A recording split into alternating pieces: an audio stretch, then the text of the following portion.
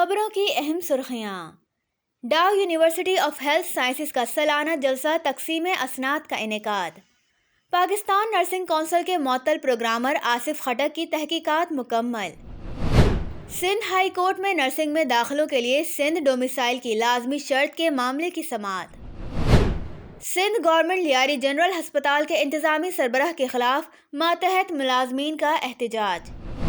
Saint کی قائمہ committee برائے قومی صحت میں پی این سی کی معطل رجسٹرار کی پیشی۔ محکمہ صحت سندھ کے ماتحت نرسنگ کالجز میں داخلوں کا آغاز۔ سول ہسپتال کراچی میں سیوریج کا نظام درہم برہم۔ پاکستان ریگولیٹری اتھارٹی ڈریپ ملک میں صحت کی سہولیات فراہم کرنے والے اداروں کو معیار کے نام پر بند کرنے کی پالیسی پر گامزن۔ ایشیائی ترقیاتی بینک نے پاکستان کو ایشیا میں دوسرا مہنگا ترین ملک قرار دے دیا۔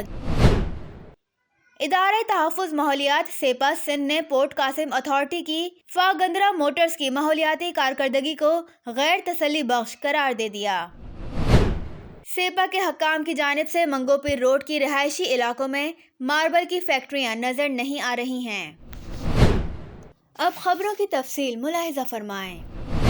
ڈاؤ یونیورسٹی آف ہیلتھ سائنسز کے 12ویں سالانہ جلسہ تقسیم اسناد سے یونیورسٹی کے وائس چانسلر پروفیسر محمد سعید قریشی نے خطاب کرتے ہوئے کہا کہ دنیا بدل رہی ہے، خلا کے حقائق اب کوئی سربستہ راز نہیں رہے، مریخ کی حالیہ تصاویر فوری طور پر ہمیں مل سکتی ہیں، طبی سائنس میں نیکسٹ جنریشن mRNA ویکسین بنائی جا چکی ہے جن میں تبدیلیاں اب شام کی محفلوں کا موضوع بن گئی ہیں، آرٹیفیشل انٹیلیجنس، میٹاورس اور بلاک چین کا علم اب عام ہے، کہنے کو اور بھی حقائق ہیں۔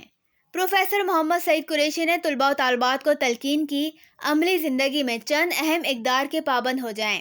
صبر، دیانت، درگزر، صداقت اور تحمل یہ مقدس پیشے کی شان ہے۔ Artificial intelligence, metaverse and blockchains are common knowledge. I can go on and on. The point, however, is that these are tangible facts. But what I would like to stress on is intangible values of life, which you should attempt to bypass. In my opinion, they include respect, kindness, compassion, honesty, forgiveness, tolerance and integrity. اس موقع پر 2000 سے زائد طلباء و طالبات کو اسناد تفویض کی گئیں۔ جلسہ تقسیم اسناد سے کنووکیشن کمیٹی کی چیئرپرسن پروفیسر صبا سہیل، سیکریٹری ڈاکٹر زیبا حق نے بھی خطاب کیا، جبکہ رجسٹرار ڈاکٹر اشر آفاق نے طلباء سے انسانیت کی بلا امتیاز خدمت کا حلف بھی لیا۔ I will practice my profession with conscience and dignity and fear of God. The health of my patient will be my first consideration. I will respect secrets which are confided in me. I will maintain by all means. جبکہ 111 طلباء و طالبات میں پہلی، دوسری اور تیسری position حاصل کرنے پر بالترتیب 37 سونے، 57 چاندی کے اور 37 کانسی کے تمغوں کے اعزازات بھی عطا کیے گئے۔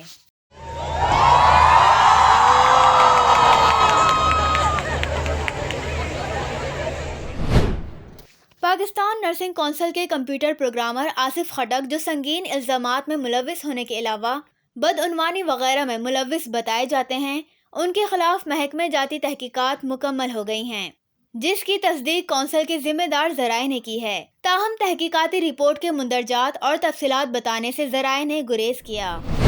سندھ گورنمنٹ لیاری جنرل ہسپتال کے میڈیکل سپرنٹینڈنٹ ڈاکٹر پیر غلام شاہ جیلانی کی سنگین کرپشن اور غریب مریضوں کے ساتھ ناروا سلوک کے خلاف ہسپتال کے فرض شناس ملازمین پھٹ پڑے اور انہوں نے ہسپتال کے صدر دروازے پر ایم ایس کے خلاف پلے کارڈ ہاتھوں میں اٹھا کر زبردست احتجاجی مظاہرہ کیا اور ان کے خلاف فرق شگاف نعرے بازی بھی کی، جبکہ مظاہرین نے بتایا کہ ایم ایس پورا بجٹ ہڑپ کر گیا ہے۔ ہسپتال میں پیناڈول کی گولی اور ڈسپوزیبل سرنج تک معمولی اشیاء لیاری کے غریب مریضوں کو دستیاب نہیں ہیں۔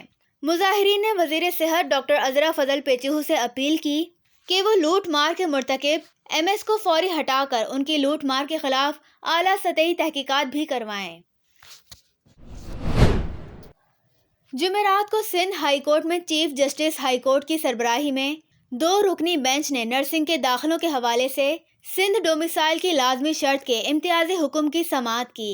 سماعت کے دوران نرسز فاؤنڈیشن کی درخواست، جو یکساں ہونے کی بنا پر سماعت کے لیے یکجا کر لی گئی تھی، اس کی درخواست دیکھتے ہی فاضل عدالت نے اسے سماعت کے لیے ناقابل سماعت قرار دیتے نرسز فیڈریشن کی درخواست کو خارج کر دیا۔ یہاں یہ امر دلچسپی سے خالی نہیں ہے کہ مذکورہ تنظیم نرسنگ مافیا کے ڈان شیر محمد خان یوسفزئی کی ایک کاغذی پاکٹ تنظیم ہے، جس میں انہوں نے جیمز والٹ جیسے نرسنگ کی قدآور شخصیت کو نیچا دکھانے اور اپنے نرسنگ میں کالے دھندے جاری رکھنے کے لیے کرسچن کمیونٹی کو زر کے زور پر خرید کر نرسز فاؤنڈیشن کے نام سے ایک تنظیم پچھلے دنوں قائم کی تھی، جو میدان میں آتے ہی آج 15 دسمبر کو سندھ ہائی کورٹ میں کلین بولڈ ہو گئی، جبکہ بلدیہ غربی کراچی میں چوکیدار کی حیثیت سے بھرتی ہونے والے لوکل گورنمنٹ سندھ کے متنازع خلاف قانون محکمہ تعلیم کے معطل افسر شیر محمد خان یوسفزئی نرسز فاؤنڈیشن کے پلیٹ فارم سے کیا گل کھلانے والے ہیں، نرسنگ کے حلقوں میں ان کی یہ نئی کلا بازیاں اور PNC کی بدعنوان مافیا کی کھلی سرپرستی کیا رنگ لاتی ہے، یہ بھی جلد واضح ہو جائے گا۔ محکمہ صحت سندھ کی جانب سے BSN جنرک میں داخلوں کے لیے سرکاری نرسنگ کالجوں کی فہرست شیئر کر دی گئی ہیں، جہاں امیدوار 5 جنوری 2023 تک داخلہ ٹیسٹ کے لیے متعلقہ کالج میں فارم جمع کرا سکتے ہیں۔ ڈرگ ریگولیٹری اتھارٹی ڈریپ نے رواں برس میں معیار کے نام پر 17 دوا ساز اداروں کے خلاف تو کارروائی کر دی ہے، لیکن میڈیکل ڈیوائسز کی رجسٹریشن کی زیر التوا درخواستوں پر انہیں لائسنس دینے یا نہ دینے کا کوئی فیصلہ تاحال نہیں کیا ہے۔ ایشیائی ترقیاتی بینک ADB نے جنوبی ایشیا ریجن میں پاکستان کو دوسرا مہنگا ترین ملک قرار دیتے ہوئے مہنگائی کے بڑھنے کی شرح 26.6% بتائی ہے، اور سلامتی کونسل میں مزید ملکوں سے زیادہ رہنے کی پیشن گوئی کی ہے اور توانائی مزید مہنگی ہونے کا خدشہ ظاہر کیا ہے۔ خبروں کا وقت ختم ہوا۔ خدا حافظ۔